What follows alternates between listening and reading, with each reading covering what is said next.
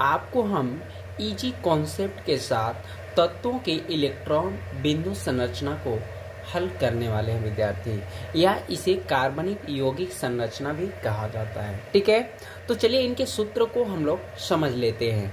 तो सबसे पहले विद्यार्थी हम लोग को समझना है कि तत्व किसको बोलते हैं। तो तत्व की परिभाषा है धातु, अधातु एवं उपधातु को तत्व कहा जाता है।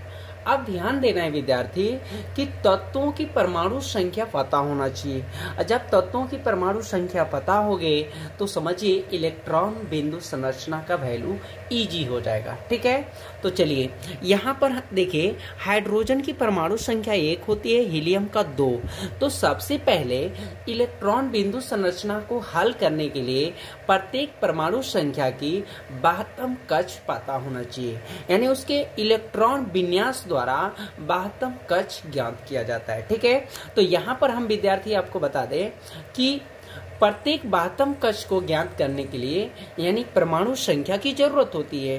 तो यहाँ पर देखिए परमाणु संख्या जो है सूत्र लिखे हैं 1 से 20 तक, 1 से 20 तक की परमाणु संख्या का ये सूत्र है 72 कक्ष ज्ञात करने के लिए। ठीक है, तो यहाँ पर देखिए 72 कक्ष की वैल्यू जो है पहले 2, 8, 8, 2 है। ये परमाणु संख्या 20 तक क्लियर करेगा। ठीक है, तो यहाँ पर देखिए हाइड्रोजन की परमाणु संख्या 1 है, पर इसकी 72 कक्ष को पूरा करने के लिए यहाँ अगर 2 लिखते हैं तो इसको पूरा करने के लिए 1 चाहिए, अर्थात इसके 72 कक्ष क्या होगा 1। जैसे यहाँ पर ले लीजिए ऑक्सीजन की परमाणु संख्या 8 है, तो 8 यानी 1 से 20 तक की परमाणु संख्या के कार्य करेंगे। ठीक है, तो पहले क्या लेना है 2 हो गए भैया।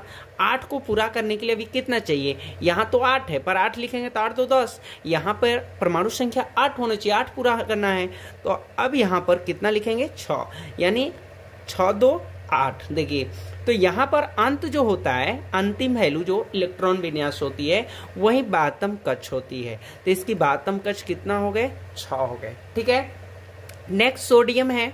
तो देखिए पहले 2 है, इसके बाद 2 के बाद 8, 8 2 10, कितना और चाहिए 11 को पूरा होने के लिए 1। तो ये अंत जो होता है वही 72 कक्ष होता है। ठीक है, यहाँ तक क्लियर हो गए विद्यार्थी। इसी तरह प्रत्येक को मैग्नीशियम है, तो पहले 2 है, इसके बाद 8, 8 2 10 हो गया, और 10 और कितना चाहिए 12 को पूरा होने के लिए 2। तो इसके 72 कक्ष कितना हो गए विद्यार्थी 2। कार्बन की वैल्यू कितनी है 6 है, तो इसके नेक्स्ट 2 हो गए, और कितना चाहिए 6 पूरा होने के लिए 4। तो इसके 72 कक्ष कितना हो गए 4 हो गए। जस्ट नाइट्रोजन का भी विद्यार्थी हल कर लेंगे, 2 हो गए, इसके बाद 7 को पूरा होने के लिए और क्या चाहिए 5, यानी पहले स्टॉक जो वैल्यू है इलेक्ट्रॉन विन्यास 2 चाहिए, ये ध्यान रखना। इसके बाद यहाँ देखिए 2, तो 2 हो गया, इसके 72 कक्ष क्या हो गया 2, इसके 72 कक्ष क्या हो गया 1, क्योंकि यही है। तो यहाँ तक 72 कक्ष क्लियर हो गया विद्यार्थी। अब देखिए विद्यार्थी यहाँ पर हम लोग को पता हो गया कि प्रत्येक इलेक्ट्रॉन विन्यास या कार्बनिक यौगिक संरचना को हल करने के लिए प्रत्येक परमाणु संख्या की 72 कक्ष पता होना चाहिए। ठीक है, तो हम लोग को हाइड्रोजन की 72 कक्षा जो है कितनी है 1 है। ठीक है, तो इसके हाइड्रोजन के इलेक्ट्रॉन बिंदु संरचना में एकल बंधन 1 होना चाहिए, यानी एक बिंदु रहेगा विद्यार्थी तो उसको एकल बंधन बोल देंगे। कौन बंधन बोलेंगे एकल बंधन द्वारा दर्शाया जाएगा, जिसके 72 कक्ष 1 होगा उसे एकल बंधन द्वारा। ठीक है, क्लियर हो गए।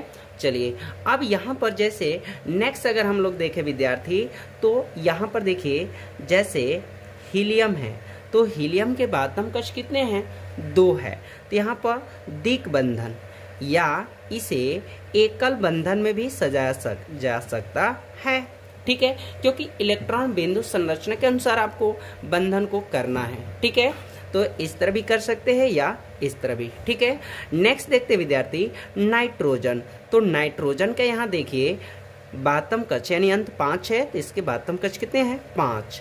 तो 5 आपको बिंदु करना है। ठीक है, बंधनों में करना है 5, 1 2 3 और ये हो गए 4 और 1 5 हो गए। ठीक है, इस तरह या हम लोग ऐसे भी लिख सकते हैं, क्योंकि बंधन की वैल्यू जो होती है 3 रूप में होती है। एक एकल बंधन होती है, एक द्विक बंधन होती है, और नेक्स्ट बताइए विद्यार्थी एक त्रिक बंधन होती है। कौन बंधन होती है त्रिक बंधन। ठीक है, तो देखिए हम लोग जान गए कि बातम कक्ष नाइट्रोजन के 5 है, तो 1 2 3 हो गए और यहाँ पर 2 दे लीजिए, हो गए।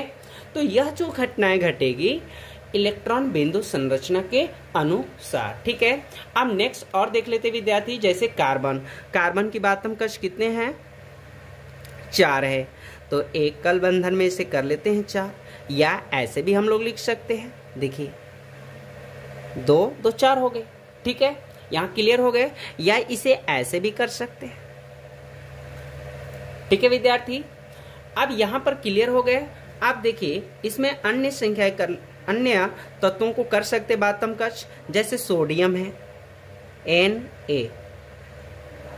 तो देखिए सोडियम की वैल्यू जो है, सोडियम की बातम कक्ष जो है 1 है, यानी 1 दे देंगे, यहां दीजिए या इधर दीजिए। ठीक है, तो चलिए हम लोग विद्यार्थी इजी कॉन्सेप्ट के साथ, वीडियो थोड़ा लॉन्ग हो जाएगा इसलिए इजी कॉन्सेप्ट के साथ हम हल करते हैं इलेक्ट्रॉन बिंदु संरचना। ठीक है, चलिए संरचना कैसे बनाया जाता है।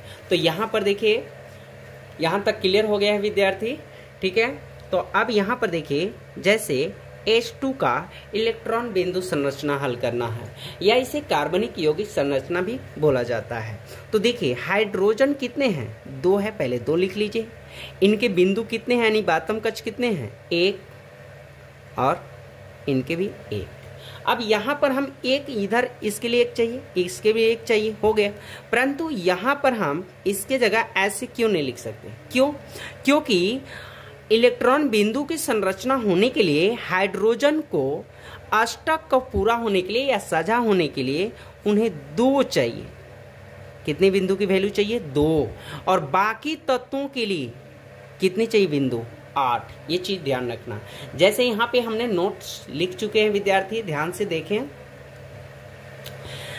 इलेक्ट्रॉन बिंदु संरचना के लिए अष्टक को पूरा करने के लिए हाइड्रोजन की वैल्यू 2 चाहिए, तथा बाकी तत्वों के लिए अष्टक या साझा के पूरा होने के लिए 8 चाहिए। ठीक है, यानी जो बातम कक्षा होगा वो तो दिखाना है, पर साझा होने के लिए, उनके अष्टक को पूरा होने के लिए हाइड्रोजन को 2 और बाकी तत्वों के लिए 8 चाहिए। ठीक है, तो यहाँ पर वही चीज हमने लिखा है विद्यार्थी। तो देखिए हाइड्रोजन के लिए 2 चाहिए, तो इनके साझा होने के लिए 2 नहीं हो पा रहा है, तो ये क्या है? गलत। तो ये हमारे देखिए हाइड्रोजन का साझा हो गया।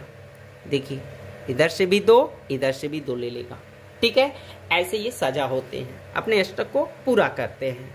ठीक है, चलिए नेक्स्ट अगर हम लोग देखते हैं विद्यार्थी, तो जैसे CO2 हो गए, यानी कार्बन जो हो गए 1 है, ऑक्सीजन कितने हो गए?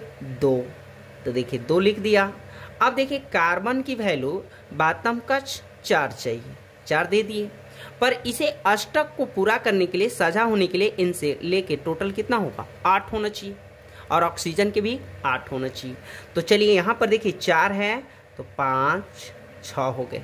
अभी देखिए कार्बन के लिए 8 चाहिए, 2 2 4 2 6 हुआ। कहाँ पे रखें कि उसका वैल्यू 8 हो जाए? ठीक है, तो यहाँ पर देखिए अगर 2 रखते हैं तो 2 2 4 2 6, और यहाँ 2 रख दी, 8 हो गए। अब देखिए कार्बन की वैल्यू कितना चाहिए था? 4। 2 2 4 हो गए। ऑक्सीजन का वैल्यू ये 2 ले लिया, इधर का ऑक्सीजन का वैल्यू 2 ले लिया, तो 2 ऑक्सीजन के ले लिए। तो ऑक्सीजन की बातम कक्ष कितने हैं? तो ऑक्सीजन की बातम कक्ष कितना है? देख लीजिए यहाँ पे ऑक्सीजन की बातम कक्ष कितने हैं? 6 है। कितने हैं बातम कक्ष? 6 है विद्यार्थी। तो यहाँ पर 2 है, तो 2 कर लीजिए, 4 हो गया, और 4 2 6, या यहाँ 2 लिख लीजिए। चलिए 2 2 4, 2 6 हो गया। अब देखिए, अब यहाँ पर कार्बन के अष्टक वैल्यू समझिए ध्यान से, 8 तो हो गई, 2 2 4 2 6 2 8। लेकिन ऑक्सीजन को कितना चाहिए? ऑक्सीजन के लिए भी 8 चाहिए, क्योंकि केवल हाइड्रोजन के लिए 2 बिंदु की आवश्यकता होती है, 2 वैल्यू की, और बाकी तत्वों के लिए 8 की सजा होनी चाहिए, 8 की, 8 काउंट में होना चाहिए। ठीक है, ये ध्यान रखना। तो 2 2 4 2 6 ही रहा, तो 6 का तो सजा होगी नहीं, अष्टक पूरा होगा नहीं, तो ये क्या है विद्यार्थी? गलत। ये चीज को ध्यान देना, ऐसे बहुत लोग करते हैं। तो यहाँ पर ध्यान देना है, CO2 है। देखिए यहाँ पे सॉल्व कर रहे हैं, यानी कार्बन 1 और ऑक्सीजन कितने हो गए? 2। ठीक है, तो चलिए भैया कार्बन की वैल्यू 2 2 यहाँ ले लीजिए, 4 हो गए। और देखिए 4 हो गए तो 2 6 और 2 8। देखिए ऑक्सीजन से 8 हो गई, तो ऑक्सीजन में 6 है बातम कक्ष, तो 2 ले लिया, 2 4 और 4 2 6, तो 2 है ऑक्सीजन, 2 4 और 2 6। इधर लिखे चाहे इधर लिखे, ठीक है। तो देखिए अब ये कार्बन की वैल्यू अष्टक 8 हो गई और ऑक्सीजन की भी 8 हो गए। देखिए 2 2 4 2 4 6 2 8, यहाँ भी 4 2 6 2 8। देखिए पूरा हो गया। नेक्स्ट इसी तरह और हम लोग ले सकते विद्यार्थी एग्जाम्पल, जैसे पहले ऑक्सीजन का हम लोग ले लें। देखिए तो ऑक्सीजन कितने हैं, 2 है, तो यहाँ पर 2 ऑक्सीजन ले लीजिए। इनकी साझा वैल्यू 8 8 से होना चाहिए, पता है, केवल हाइड्रोजन का 2, बाकी अन्य के लिए 8। ठीक है, तो ऑक्सीजन के बातम कक्ष कितने हैं, 6 है, तो पहले देखिए 2 और 2 4 हो गया, और 2 देखिए 2 2 4 और 2 6।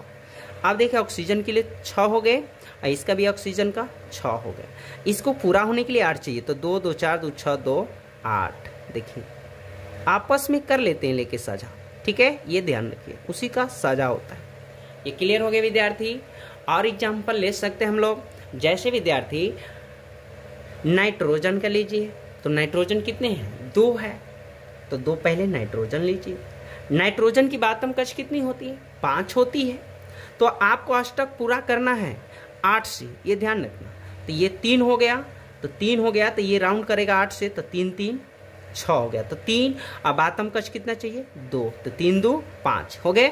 नाइट्रोजन की बातम कक्ष 5 हो गए, तो 3 3 6 और 2 विद्यार्थी 8। यहाँ देखिए 3 3 6 2 8, ये साझा कले अष्टक पूरा।